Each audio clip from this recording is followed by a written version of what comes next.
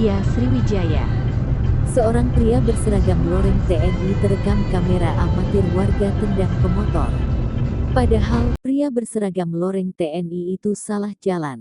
Dalam rekaman terlihat pria berseragam loreng TNI itu mulanya ngebut di jalur sepeda.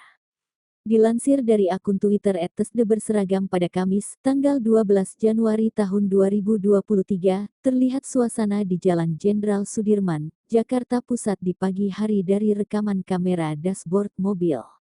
Jalanan saat itu tampak ramai lancar didominasi pengendara sepeda roda 2 dan roda 4. Di sisi kiri jalan itu terdapat jalur khusus untuk sepeda. Tiba-tiba dari jalur sepeda yang tadinya kosong itu melintas pengendara sepeda motor dengan kecepatan tinggi. Pengendara itu sontak menabrak pengendara sepeda motor lainnya yang telah menyalakan lampu sein dan hendak belok ke kiri memotong jalur sepeda tersebut. Akibat tabrakan itu, pengendara yang sembarangan melintas di jalur sepeda itu terjatuh, sedangkan pengendara lainnya oleng dengan posisi masih bisa menahan motornya. Hal itu membuat pengendara yang mengenakan celana dengan motif loreng itu marah dan menendang pengendara yang